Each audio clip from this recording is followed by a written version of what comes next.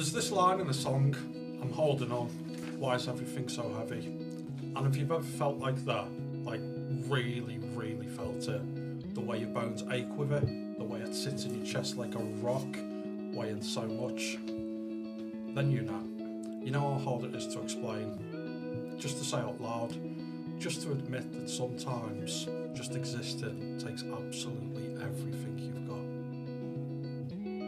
So that's why we're here. Mind Matters is a podcast from the people who brought you Who Cares, and it's not just another podcast about mental health. It's a space where we drop the act, there's no sugarcoating, no just think positive, just real talk. About the days when the weight wins and about the fight that nobody sees. About what it actually takes to keep going when everything in you wants to let go. We've been the people who couldn't get out of bed. We've been the ones that smile whilst we're falling apart. And we've learned this. The moments that we drag the stuff into the light, that's when the power loses. That's when we realise we're not broken, we're just human. So, whether you're here because you're struggling or because you love someone who is, welcome. You're safe here and you're not alone. So today we're going to talk about imposter syndrome, otherwise known as the fraud alert, or when your brain gaslights you daily. You know the moment when you get praise and your stomach just drops to the floor, that fear that this is the moment that they'll realise they've just been winging it the whole time. When you've sat in boardrooms clutching a coffee like it's a lifeline, convinced the fraud was written all across your forehead. Here's what they don't tell you. That feeling never really goes away. You just learn to stop letting it steer the car. Today we're unpacking why our brains do this, how to spot it when it's lying to us, and why most competent people often feel like the biggest fakes. Really important subject, really subject close to my heart. I am chronic for imposter syndrome, probably because when I left school I couldn't read or write properly, so I've always kind of like dragged myself up by the bootstraps, and that kind of like working class background. Imposter syndrome is very prevalent for people from working class backgrounds who progress beyond their station. I don't know, anyone like Beatles? Anyone like John Lennon? Yeah, I like Beatles. It's like, had the working class hero. It's like, yeah, just sums imposter syndrome up, and it is. I mean, and what you've got with imposter syndrome is when you're stepping out of your comfort zone, that's when it comes in. And it can be a killer, so... I think it can be overwhelming, can't it? I think we've probably all been there. Those of us who have, like you said, we've dragged ourselves up from wherever we started. It doesn't matter if we've started on a council estate or actually you've gone to Eton or something. If you feel out of your comfort zone, you're out of your comfort zone. As simple as that, isn't it? Sometimes we get overwhelmed by our peers, and we put our peers on pedestals sometimes, don't we? Somebody might walk in a really powerful suit and they might control the room, but we don't know inside they might just be just as nervous as you. Because quite often we're there because people want to listen to you, but inside you're going, oh my God. And I think it can be completely crippling, can't it? You know, I've had moments where I've been stood on stage and I've lost one thinking completely. Just for a second I've gone, that's because you shouldn't be here, John. Well, it should be because you're doing what you're doing. Anyway, I resign. but that's the thing, isn't it? In your head, that's what you're saying. Your brain's going, you don't know enough about this subject, but actually you really know more than what you think sometimes. And I think it is really quite damaging. And it's the pre-anxiety sometimes, isn't it? It's not actually when you're there doing it, it's the moments leading up to it. Yeah, so imposter syndrome is almost like a precursor to anxiety. It's almost like a gateway drug. It's the thing that kicks off anxiety in a lot of occasions. And I think when we hear the phrase imposter syndrome, we think boardrooms, we think business meetings, but you could be a parent and someone comes up to you in a play area and says, you're an amazing parent. Yeah, Again, definitely. you then feel fake. You're like, no, I'm not. So it's not always about business. It's not always about accomplishments. Sometimes it's just someone giving you a compliment. and you not being able to accept that. And that's actually, I get told all the time, you're a really good mum, you're a really good mum, but I know I could do better. So you always have that feeling, I know I could do better, and there's things, and to you it's like, no, I'm not a good mum. But I tried to be, obviously, and I want to be, and it's lovely that people say that. But you put yourself under that pressure that you to be better, Yeah, but then you can beat things yourself up better. Yeah. So if you have moments where, you're having a bad day, and you just think, you know what, child, I just want to sit on the sofa, play your toys. And it's not because you don't love them, it's just because you're done. Yeah. And then later you reflect and think, oh, shit, I should have done something about that, really. Yeah. Well, the reality is nobody puts 100% in all the time into anything they do. There's always, we all have off days with absolutely We're everything. human, aren't we? Yeah, we're human. So I think there's a difference between all of us have off days and actually we're entitled to off days, whether that be kind of parenting, friendship, work, whatever that is. But then if you can't just accept the fact, Jen, that if someone comes up to you and says you're a good mum and you feel like immediately like you feel a bit awkward about it, that's where that kind of imposter syndrome is sneaking in. And I didn't think about that until you just brought that up, and it is true. There is lots of things I think I could do and could do better. So yeah, you do have that moment where you should actually just say thank you very much. It's really nice, But instead, it's a constant. But I think that's where we reflect on the other episodes. It's just about being kind to yourself. In that moment, when you have that hit of conscious, you just have to remember that you're doing the best you can. But it can be crippling sometimes, though. It can be overwhelming. Being kind to yourself, it can absolutely take over your whole body, and you can feel yourself kind of shutting down, and you find yourself in some situations where I do. Particularly, kind of again going back to work, but in that kind of professional capacity, I think, what the bloody hell am I doing here? Yeah. Like, what actually am I doing? I have no idea what I'm talking about. I'm completely winging it. Life, eyeliner, motherhood, everything. I've got no idea what's going on. I was the naughtiest kid ever at school, failed college, got a job in a care home. Fast forward however many years, and I'm like, I don't understand what I'm doing. But the thing is, she doesn't. She's completely winging it. She has got a very good job. Very important. Oh yeah, well, don't tell her she's important. I am very important. She's not important. Her job.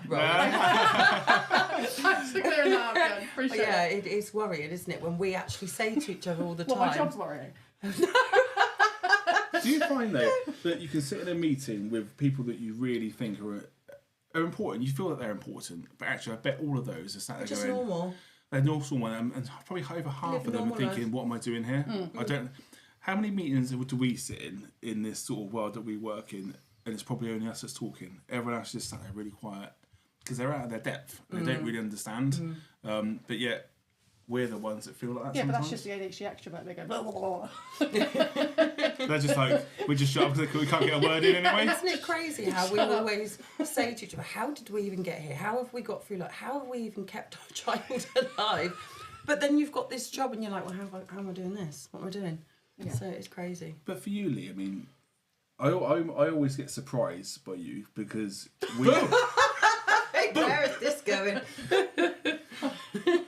Fuck, someone take me home today. This is a bit much, isn't it? Honestly. What am I doing here? I don't know, John. I've lost my train of thought now, mate. What was I talking about? Always surprised. I was surprised. That's what I Yeah. Well, that wasn't surprised. I was scared, mate. My heart ticker's going. I'm going to have some cardiac arrest. Fuck me. Jesus, it's so dramatic in this room. It's so dramatic. I mean, It's so bloody hot again. I think I've gone wrong. I know where I was going with that. I'm always worried because you and I have worked in professional capacities several times, and you just would not know that you feel like that. So when you said to me the other day, actually, John, sometimes even on the stage with you guys coming on, I feel like that coming onto it. It always surprises me because you hide it so well. So you have some coping mechanisms, and that's really important to understand it, isn't it? Yeah, so I think, and if you look at most of the best athletes, the best celebrities, there's a kind of laundry list of people with anxiety, imposter syndrome. I forgot what it was there for a second. Careful. Different, similar. Different, similar, yeah. So Andy Murray, there's massive imposter syndrome. And I think it makes me work harder because I've got this tennis player.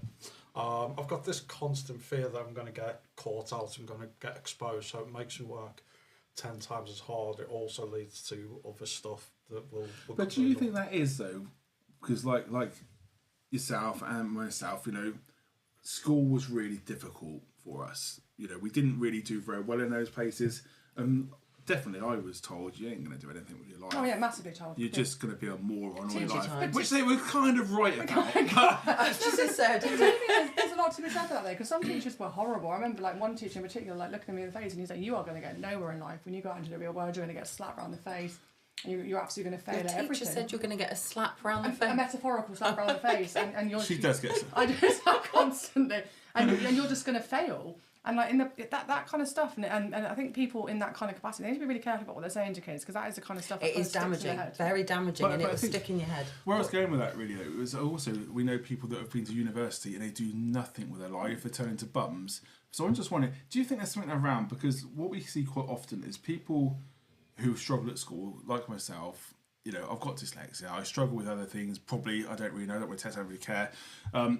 But it turns you into some sort of entrepreneur, and it makes you stand out because you have to find your way in life. You have to find a different way to work it, because you can't just go in and traditionally work it. Even like reading this a minute ago, I completely failed. You know, I still haven't read it. I didn't read it last time. It doesn't either. matter, does it? But I think ultimately you do find different ways. So, do you think that's really helped you? So, although you said you didn't do very well at school, having that slightly different mindset, do you think that's helps you on these sort of things? Yeah, I think my differences have always been a bit of a strength, and I hate to be cliche with the whole it's my superpower, but I definitely think, because I'm just super anyway, but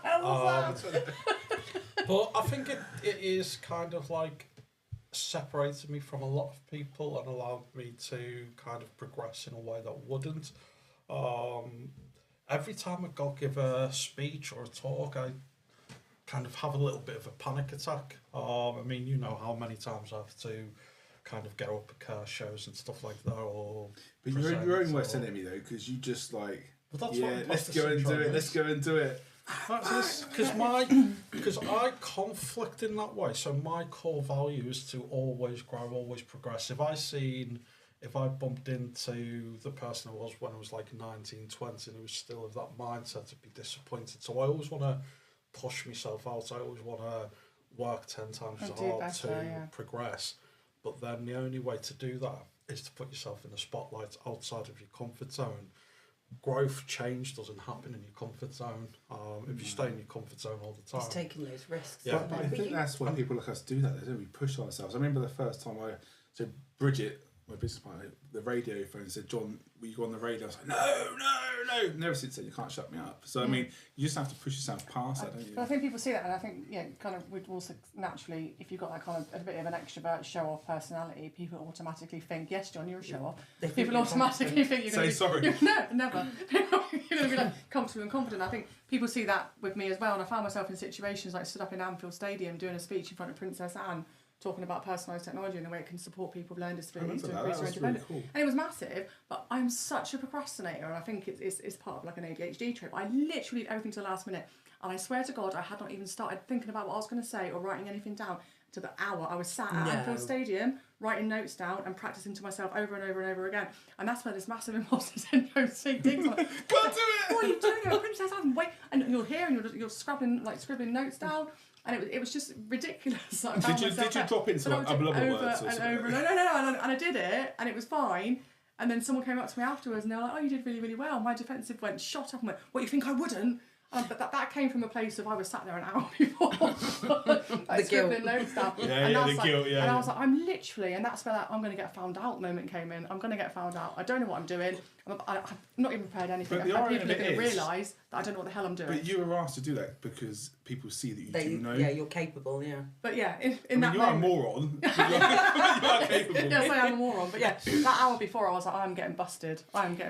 You always come across like you're just so calm and collected, and you take everything. I can't ever imagine you getting panicky. That's what I mean, and I've worked with him loads of times. And I've watched quite a few videos and stuff, and the links you sent, and you just seem so like it's just a walk in the park to you. Also, so on the inside, you're like literally like dying. Yeah, you wouldn't have believed that he was so. The other week when you were saying about how you felt so distressed on holiday, you would not think that from somebody who's so calm and collected.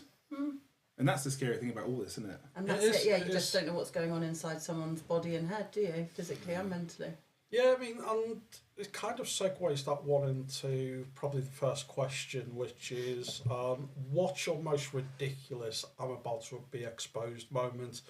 Now, I have one, so I was working for a startup at the time, and I bumped into a connection I had at a car show, and then I was getting back, and it was a big deal, and it was an influential company, and everyone was saying how well it done, it was amazing, and I just got so into my own head, so into that imposter syndrome there, I actually broke down crying, and it just, there was no Just negative there. There was just overwhelming for you, isn't it? Yeah, it was like, everyone was like, oh, that's amazing, and I just couldn't process it. Your mind couldn't process it, and that's the strange thing about us humans, isn't it? That we're all like, just the brain just is still a mystery in so many levels. Yeah. So what would you be your most ridiculous? I don't know. As typical me, I haven't looked at the questions, so I haven't really thought about it. So I think probably taking it seriously then, John. I am taking it seriously. I think probably when I left school, I had nothing. I didn't have any GCSEs, so I had to lie on my CV to get a job as an estate agent. I completely fabricated, completely lied, and I winged it. And after a couple of years, I got this job as a valuation manager for 3 branches around Andover and Basingstoke and places. And I just started there, and when you're an estate agent, you have to do like a test around housing and understanding buildings. And basically, I fabricated the test completely and just bullshit it, and somehow passed it. And one of my first valuations I went out to was this great big farmhouse, and me and my colleague went out. He went out to look around the garden. I'm looking out the window, and I realised that the person's house it was the director of the company across the road. And I'm just like going, I've winged the test. I don't know what I'm talking about. If you ask me about end gables, I don't know what that's going to be. And as I looked out the window, Craig was weeing up against his shed. And I'm sort of going, we're just going to get found out. We're just going to get found out. And the guy from the estate agents, he didn't click. We just winged it completely and got away with it. But inside, I was dying, mate. I was dying. And yeah.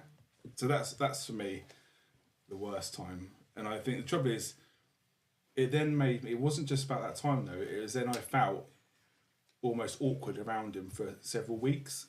Does that make sense?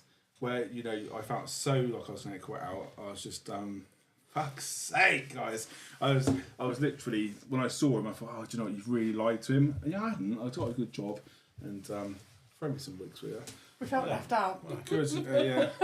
It's seen no evil, hear no evil, and Emma. Sexy and you know it. So yeah, so that was my one really. But I'll never forget looking out the window and seeing my colleague literally just weeing up his shed in the garden. I was like, oh, would you say he's taking a piss? I would say he was taking a piss, yeah. Royally. Well, awesome. So John's favourite button. I love that button. John's favourite button. So Emma, what would you say your most ridiculous I'm going to get found I think it's is? today, mate. I think today, yeah. Like what? People think I know what I'm talking about. I have no clue. I mean, there's so many. There's kind of sending emails out to the wrong people and trying to withdraw the email and saying the wrong things in meetings, and you know, people saying things and do you know about this subject, and me going, yeah, I know about it, and they start talking about it, and I'm like, I don't know what you're talking about, so kind of my head. Google. Yeah, no, definitely massively. Googling words to find out later. I mean, I think that the one that sticks out most in my mind is the one I was referring to earlier when I was literally like an hour before. I was like, I've got to go up. And she's from the royal family. Emma, why haven't you taken it seriously? I can't. That's a great picture of you though with her. Yeah, I've met her a few times now, me and my mate Annie. I can't believe you wrote it. Me and my mate Annie. I remember her saying to me once, you would never get a bunch of roses like this in your garden, because someone we support had given her a bunch of flowers and they were tie-dyed, and I was like, I can't even grow a weed, Anne. But kind of several moments, probably not one that I can like massively pick out, but yeah, literally writing that speech an hour before I went on, like, whatever, what are you doing, be like, and I promised myself there and then I was going to get more organised. You haven't? Absolutely not. No. But that's Absolutely the not. typical ADHD time blindness. So yeah. For us ADHD people, we have 2 time scales. We have now, and we have not now. Yeah. And we also have, I'm really, really busy. Ooh. What's that? It's a candy. And then later on you go, what's it doing? The song pops into your head, or see a bit of tinsel or something. I'll just take this off. I don't know how you guys cope being bold, it's too hot. We don't have much stuff on. Jen, what would you say your... Oh, every day. Honestly, I don't even really know what to say to that. I've never really had to stand up and do speeches or anything like that, and I try and avoid any situation. That's a better look. It does actually look, I don't know. But yeah, I try and avoid those situations because although I come across really confident, my friends are like, oh, I can't shut her up. But I am not confident at all. So I just would never put myself in a scenario. And how are you feeling right now? Because this is a scenario like you're I'm a describing. bit warm, yeah. A bit warm. Slightly flushed. Trying to keep my baps in order. They're strapped down twice today. It's like... Again, Oh dear. Anyway, sure. But yeah, no, I am a monkey for completely avoiding things like that, anything like that. So yeah. You just don't put yourself up in that situation, do you? But No, you've done this though. Yeah, absolutely. And you've been great doing this. I've really enjoyed it actually. I am very good at talking. That's one thing I can confidently say. Oh, shit, I said that last time. Yeah, good at talking, The good at Ugh parking, comes out. but I'm reversing. So, really good at reversing. Really good. so What are we talking about? I've no idea. I will move it on to... Please come on I can't then. take myself So- seriously. Self-doubt in some cases can be healthy. Of course it can be. You can't just do a So- massive show up all the time, John. Yeah. Poor old How do John. we figure out the difference between healthy self-doubt and imposter syndrome's lies and imposter syndrome gaslighting us? It's that bit, the panic. Like self-doubt is fine. A bit of nerves, a bit of adrenaline, a bit of anxiety. It shows you're taking something seriously. It shows you want to take a good, like you want to make a good job of it, and you're not over cocky because all jokes aside, that in itself can be a threat anyway, can't it? Being kind of over cocky and overconfident.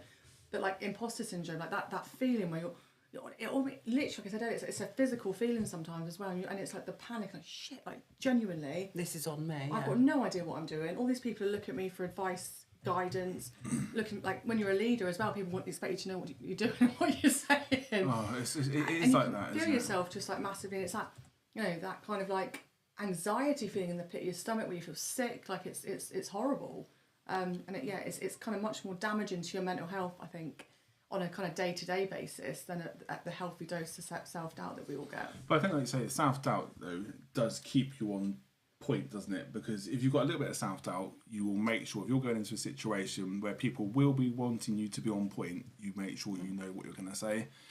But it's just, for me, it's not even about knowing what to say, because I always find words because I don't shut up. But it's more about the sideboards, and someone throws something in and you're not quite sure what they might say, and you're going, even though you probably know the answer, oh God, especially if you look out into the crowd and you know there's going to be an awkward character there, you know there's someone that's going to go, well, what about this? Some awkwardness, oh God. And, I hate conflict. So if you get into that situation, it's even worse, isn't it? Because then you feel the anxiety building before the conflict starts. Yeah. Anyway, that's enough of me. So, Cheers, John. Thanks. Come back. Anyway, moving on. I'm glad you're here, John. I'm not quite sure what that was all about. I feel like... Anyway, moving on. yeah, it moved on. Just a bit of a segue. So there's 5 different types of imposter syndrome. So I didn't know that. number 1 is the perfectionist. So this is the type of person who sets excessively high goals, focuses on your flaws, feels like a failure when able to meet these really high goals.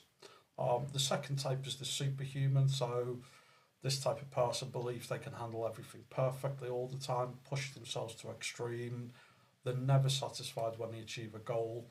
They try to assume as many roles as possible and shine in each of them. There's the expert, so this is the type of person who feels like they're not an expert in the field, despite overwhelming evidence to the contrary. The natural genius. This type believes they should be able to do everything effortlessly and quickly. And the soloist is this type of person, they're the only person who can do this, so they believe that they have to do everything on their own.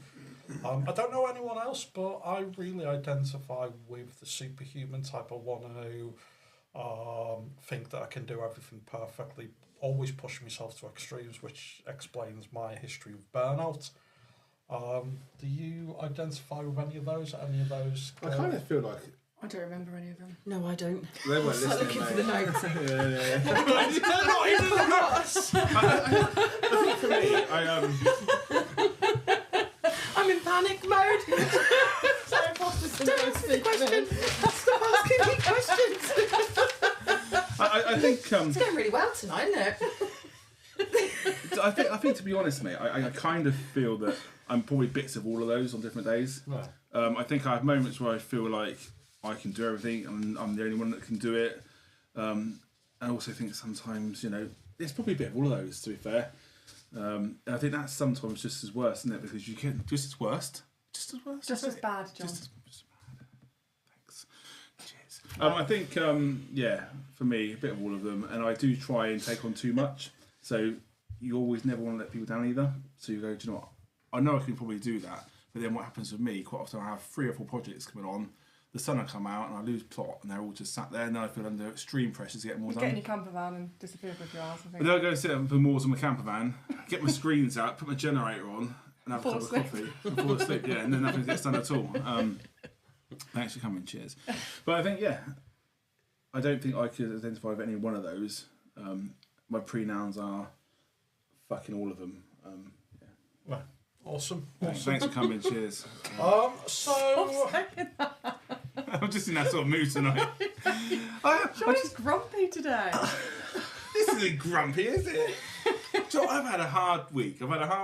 And I feel a little bit... why have you had a hard week? Well, because I knew you guys were coming.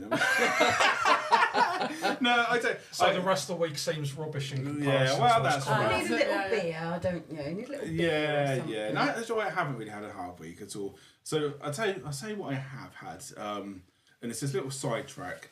So somebody I love dearly phoned me in the middle of the night last night.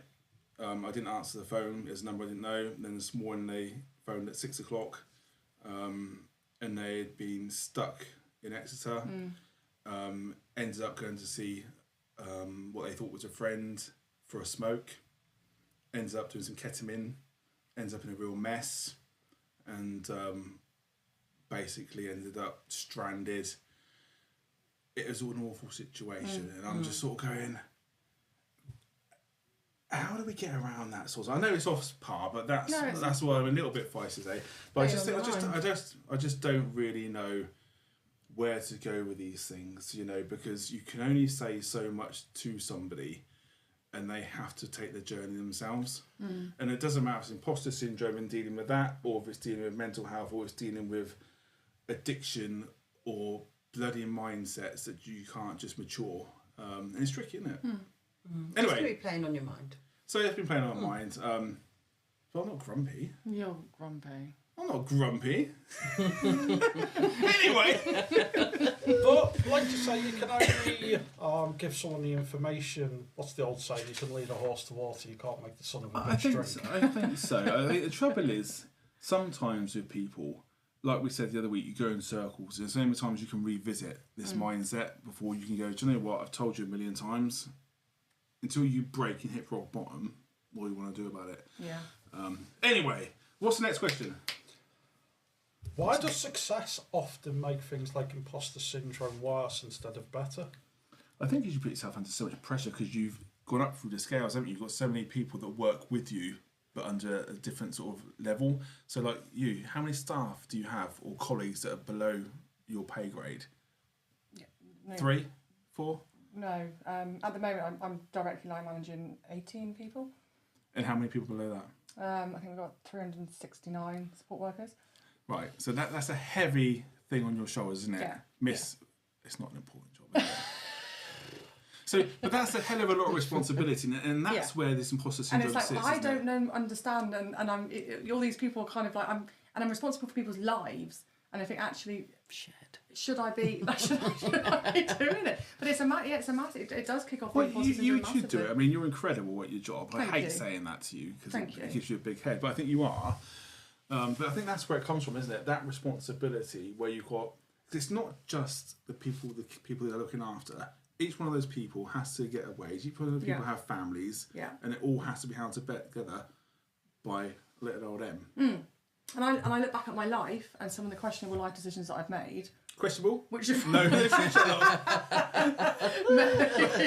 that That's what we're covered in the extras. I'm going to go into them. But no, I look back and I think, and I have, sometimes I haven't taken real responsibility of myself.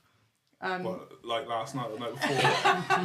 Jaegers. The last time was the night before was Jaegers. No, but and I think. But you obviously I go to work and it's different. It's a different head and it's a different mindset. Yeah, you are very. We have different masks, don't we? And we're very good and we become very adept at kind of switching them over. But then I think sometimes that's where imposter syndrome can sneak in because you think, well, actually, who am I?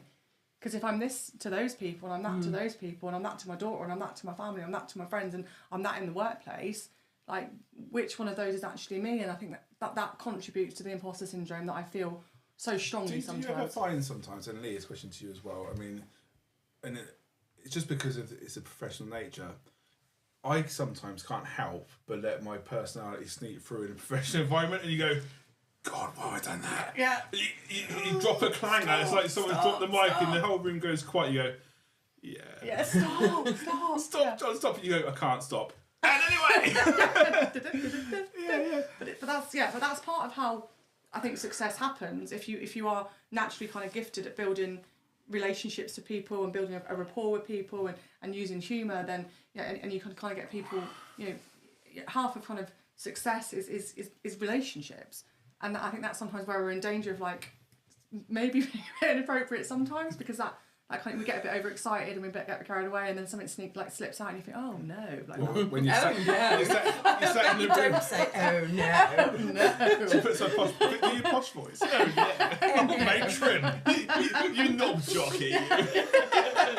But you have to be successful. You have to have some of your personality. Yes, in there. of course. Obviously. Of course, you can't just be drywall, can you? It's Some people really are though, aren't they? You sit in a meeting and they do not let their guard down at all and you think, fuck, you must have no sex life. What? Why is that the one you want Thing to say. You definitely go home alone, mate. I mean, they're probably really good. They've got a whole different side to them. maybe that's what it is. I like Mr. Grey. Could be a bit. Maybe that's what it is. Where are we going? Ryan! We got After Dark. After Dark. This is after. This is your release after 10 o'clock. Yes, this.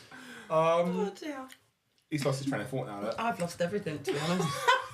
Yeah, it's all here. It's all here. I think, like you say, success makes it worse because the accolades and applaudits and the nice things that get thrown at you are all, they keep getting up here, and you feel like you're down here. So when you first take the first few steps onto the corporate ladder or whatever it is that you're doing, then the imposter syndrome will be quite little because you're doing things like you're in a meeting. But then as you go up to kind of like director or if you line manage a lot of people, then the things that people are saying to you is the price is a lot higher. And so your brain's like automatically just massively pushing But it's back. not just the praise though, it's the criticism. And when things do go wrong and you're kind of held kind of responsible for things, and if you know you've made a mistake and you know you've slipped up and you know that actually that potentially had an impact on one of your team members, one of your support colleagues or whoever that is, and then that's where the self-doubt then creeps in because you think actually I've screwed up here, and we can take a moment to reflect and kind of recognise what's happened and use it as an opportunity for learning. But those kind of things, if you care deeply and you're an empath, those are the kind of things that stick in your head. And you think actually I've impacted on that person, I've made a mistake, that's then impacted on them. And then when you do something right or people are praising you, if you've still got that kind of stuff fresh in your head, then you're kind of having that balance. I think the trouble is though, in a role like yours specifically, you can have 3 or 4 things that happen at the same time. Because there's so many people who can mess up on your behalf. Yes. And you've had nothing to do with it. You've put the training in place, you've made sure due diligence is there. Yeah. They have then made a decision, made an error, human error, that impacts your day. On this side, you've got an award coming. This side, you've got safeguarding. And you're going, where am I sitting here? Yeah, and that happens. Yeah, you're right. Yeah, and that's really difficult. I don't to want manage. the job. I do. Oh, my job. We've got a I don't similar want job. anyone's job. It's a nightmare. But I think one of the things, though, I think in life, we set our friends up and ourselves up to fail, don't we? Especially when you start going to... You might set your friends up to fail. I don't. If it's you. I think when we go up in scale, you get a carer come in. They've never done... We're talking care because we do care. That's all we know. So if a carer comes in and they've never done care before, we train them. We put them through induction. We do all the training in the world. They go to a senior, we train them. They go to a junior manager, we train them. Then suddenly you get to a regional manager or director, no one gives you any training. It's up to you to go and wing it. So you said, do you know what, you've been an amazing deputy manager, come be a registered manager. Yeah, see you later, mate. Okay, you send your MVQ5, Yeah. brilliant. That doesn't make you a manager. You know a little bit about stuff, but you don't know how to manage people. And if you become a director, your whole life changes because this is a different role. But no one trains you to be a director. So you're just sat there going, I need to make 3 or 4 good decisions today. Someone's going to come to me with loads of problems because they can't manage it. You've got to go, I just think you should do this. And you just or you quickly Where's go, my hat? what do I do if we're in this? And you've got to do ChatGPT. yeah. So I think you should do this. Yeah, definitely that. But I think, and that's the problem, and that's what happens in life. We have these massive expectations put on us, and you've been raised up through a thing, but you haven't had the training to get you there. So you almost feel not quite good enough. I mean, it's because we've all got our own insecurities and doubts and everything anyway, haven't we? So Well, you need them. yeah. I'm just joking. Get them from you. So we've got, because we're human, we're not Yeah. robots, we're human, and you can become successful in a certain area of your life, and that doesn't even have to be work related. It can be anything. Like we're focusing kind of a lot on working. It could even be being down to being a parent. Yeah, we're in danger of missing kind of all of the And other I think areas that's a where really good point, things isn't it? sneaks in. But we've all got our own concerns about ourselves, our own kind of self-doubt. So whatever area we can become successful in, we're kind of battling that internal monologue as well. Do you think though, because I'm really glad you brought that in, do you think though that social media has a massive impact on this though? Because as a parent, we have exposure professionally, we all have exposure via social media, and that self-doubt and self-judging, because actually Lee's driving a great big Bentley and he's got this fantastic massive pool in his house, and we're all going, oh Lee, you live this luxury lifestyle. Have you got a swimming pool? 2. 2? I haven't got Bentley either. No, but I'm rubbish with cars though, so I've got no idea if that's a Bentley or not. Peugeot. Okay. A little bit different. A little bit different. go on, just get out. But I I think mean, I do need a wig. I just think, I mean, my point is, I know what you're saying though, because as a parent, especially a first-time parent, no one trains you to do that. No. And they say it's maternal instincts or whatever, but blah it's blah really blah. not. But with social media, you're constantly comparing and judging as well. So you do again feel. Sorry, it makes some noise for everyone to be hot. Well, I shouldn't ask for one. She shouldn't ask. Don't ask. But yeah, it is true. You social media. I did my head in about all sorts. You know, It's only everyone's A co-sleeping. game. Especially The trouble is, holidays. everyone puts their A game on there, so it's the best stuff, isn't it? And the ones that don't put their A game on, everyone judges. So, oh, you're always down in the dumps, you're always miserable, I don't want to follow you because you bore me. You know, it's just constant stuff. It's the ones that go pumpkin picking at Halloween and the ones that go to all the grottos at Christmas and they're all living their best life. And I always go to grottos. Your grotto. I love a grotto. Right, you should see your airbrush, love. I I need to actually just show you this. Sorry, Lee. Sorry. We'll let you talk in a minute, mate. I am not grotty. That is got a bit. Classy. That is my hairbrush. Yeah, it's definitely not mine. I'm a hairdresser, and that is not my hairbrush. But I think social See my media, car. social media is proof that everything was perfect, even if it was just for 1 second, and that's what people do. Oh, we, I like that. we don't put on. I'm not finished yet. Oh, carry on. I'm just going to spit fire. Go. Right. Shh, shh, shh. So yeah, social media, it's proof that even if it just as for a second everything was perfect, no one puts the when they get out of bed at like 3 o'clock in the morning and they look awful, or when they've had a really stressful day, or if things are going down the toilet, no one puts that on. But when you go out for a nice meal with friends or with your partner, that goes on there. When you're maybe going to a conference and you've got your nicest suit on, or when you're on a holiday and you've like got a nice bikini on and you're all like this. That's not me. How you say that now? I could pull it off. It's all right. But I just want to kind of like circle back to another phrase that I always like, which is comparison is the thief of joy. Because we're letting social media, we're letting how we look at other people's lives and go, I want that shit.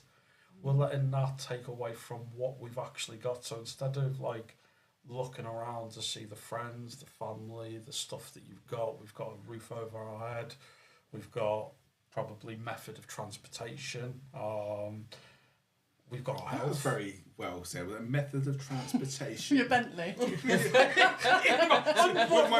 skateboard. Yeah. So yeah, we Pogo just need stick. to. I think we just need to give ourselves a bit more credit. I think you're absolutely right, and I think Normally am. Yeah, you are right. Yeah, going back to your superhero status, I think. I got superhero syndrome. Yeah, I think you just need to realise that is people's A games, and like, I mean, I liked what you said then about just for a moment everything was perfect, but is it? So how many times have we stood there feeling pretty miserable, or you put that face, or you take a lovely photograph, and then you put your phone away and go, fucking. Yeah. And I think that's what we need to remember, isn't it? You know, lots of people's lives aren't the A game. They show you that, and you shouldn't compare, especially mums, young mums, who are online looking at these celebrities. Who've got the most beautiful body still, and Beautiful body, beautiful house, the perfect model husband, everyone's helping. But behind the they scenes... probably haven't got love in the house. So they've got a nanny Is that looking like- after that's the about children. Our old home, rubbish houses and no husbands. Just go over. Even my 6-year-old the other day, he's 6 years old, he watches a bit of YouTube, and he, you know, they flick past all these different, and he watches these videos where these, you know, sort of teenage guys are in a house and they fill it with balls or whatever and trampolines. And he said, Mummy, we need to be rich. You know, when are we going to get rich? I said, well, we already are. And he was like, no. I said, no, we're not, Mummy. I said, we are. We're healthy and we've got each other. We've got a roof over our heads. We've got a car. You know, we've got a lovely family. We love each other. That's rich. And if you have everything in the world, like these celebrities or whatever, what more do you dream for? And you are What more do you scatty. want? So everyone's She's listening. got chickens in her lounge. Yeah. So I phoned you the other day. You were too rude to answer, so you just cut me off because you're hanging. I phoned you and I had a chat. So I then phoned you. Why am And I scatty when I answered the bloody phone? we had a lovely conversation, but this is how it went. All right, John, yeah. And suddenly, she's walking around the house like this, with a chicken in her hand. All I can see is her and this chicken's head going up and down, and I couldn't work out if it was going forward, backwards, or sideways, or what the hell she was talking about. Honestly, my mother came to live with us over Christmas because she wasn't very well, and she said, "This is like a bloody madhouse." And every time a seagulls come in the garden, I'm opening the window, going, "Ah!" and just scare it off. You want to see No, the I'm neighbours like who that are on rocking the like phone. this? Yeah. I could be talking to a customer on the phone or a client, and I'm literally like, "Chickens, get out!" There is chickens. Constant. They're a Like chicken. I mean, cat. but I think that's. I mean, I like that. I really enjoyed the phone call. It was funny, but I did walk away going, "Wow." She's scatty, yeah. But in a Thanks. nice I way. hope that wasn't a nice way. It John, was in a otherwise I'm not nice coming way. back here Otherwise, again. yeah. So just before we kind of wrap up, because John's getting a little bit touchy and he probably needs to go for a nap now. He does need that. So we're just going to wrap up. I'm going to go slap him on the head in a minute. How can we rewrite our internal narratives when the evidence alone doesn't help? So any coping mechanisms for stuff like this? I just think, don't be afraid to try it. I mean, don't let it stop you. That's the main thing, isn't it? Give her a smash. Just go up there and go, do you know what? Even if you fail, you've tried. It's better to fail than not trying. I think it's surround yourself with positive people, with that people that big you up, your cheerleaders. We've got those people in our lives that we might take the piss out of each other mercilessly, but actually 1,000,000% got each other's back and would sing each other's praises all day long and fully encourage each other and actually be happy for be happy that for person. that, Yeah. genuinely Yeah. happy. Yes. So surround yourself with those types of people because there's radiators and drains, isn't there? And I think we Oh, all, I like that. yeah, we all know drains. We're great at little phrases, aren't we? Oh, radiators and drains. But do you know what I mean? Though, like the people in this room here, I think you're all bloody idiots. But actually, I know ultimately, You're draining me. yeah. But it's Yeah, I know what getting you yourself in the right mindset by surrounding yourself with the right people. And I think Jen, you said the other day, the more you kind of put out, the more you get back in. Yeah, absolutely. Yeah. And it is because I'm surrounded by good people as well at the minute. I've got a really good little community of friends and family. People that love you and want to big you up and encourage genuinely you. want and for me. See the good in you and what you're doing and what you're achieving and encourage that. Yeah. Rather than negative people that just suck the flipping life out of you and call you scatty and tell you you've got a chicken in your house. Yeah. Just because I had a chicken under my arm, I don't see what the problem is. It wasn't about chicken under your arm. It's the fact that because you're walking around, all I could see was the chicken's head doing this. And I was like, I'm getting dizzy. At least she wasn't walking around with like a male chicken. Well, I sort of said that. I actually said, I never thought I'd see you walking around with a cock in your hands. No. And it wasn't, it was a chicken. You actually did say something about cocks, didn't you? But anyway. I think for me, I like to do journaling. So when my mind is getting busy and the imposter syndrome's winning, put everything down on paper. It literally, when you look at it on paper... I can't read my handwriting. Doesn't matter though. I've got It's 25. Do a voice note. I've done that at 3 o'clock in the My morning. quill. I've got up and had a cup of tea at 3 o'clock in the morning when I can't sleep. Yeah, it's... Did you say quill? Yes. Just Is that to go with the Bentley? Well, I thought she was showing in some of those quim over sort of Ujmiflit words. Oh, don't start that again. Do wacky. Do wacky. No, my flabber is gasted. My socks are well and truly popped. Right, anyway, thank you for listening to... If Jenna's putting us back in. I think this one's the most weirdest so far. We've all been really weird today. About to wrap up, so... Bye everyone, we're sorry. We're all on a Imposter Syndrome, we should be here. We're sorry everyone. So, for structured help, try Mind's workplace wellbeing resources, mind.org.uk/work. That's mind.org.uk/work. Also, the Imposter Syndrome Institute offers free tools. And Anxiety UK's is on 03 444 775 774. And CBT courses can really help reframe thoughts. Remember, feeling fake doesn't mean you are. So I mean, I don't know what CBT courses are. I mean, obviously, we're not giving advice. We're giving, we steer people in the right direction. So, I mean, why is that? I don't know what that is. I've had it, and it's just retraining your brain, really. I used to get I was telling you last time. I used to get. I'm still trying. But yeah, no, it does help. It does help, and that's who I had it with TalkWorks as well. Really? So, yeah. I've never heard of it. But that's really good advice, isn't it? To just go and check these things out and just see if it works for you. Just retraining the way you think and how to deal with it and things and grounding yourself. Yeah. But until next time, look after yourself, look after each other's, and stay safe. Don't be a dick. Don't be a dick. Don't be a dick. Yes, I remember that.